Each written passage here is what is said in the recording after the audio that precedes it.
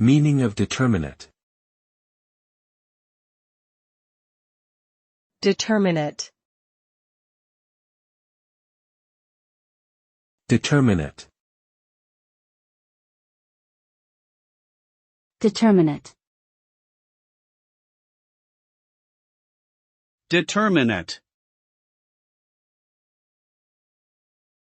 The term determinate refers to something that has a fixed or limited outcome, which can be predicted or measured accurately. It is an attribute that is often used in mathematics, computer science, and other technical fields to describe variables with specific values or functions that do not change. In general, determinate results are considered more reliable and precise than indeterminate ones, as they can be repeated and verified consistently. However, it is important to note that factors such as uncertainty and complexity can sometimes limit the degree of determinacy in certain systems or processes.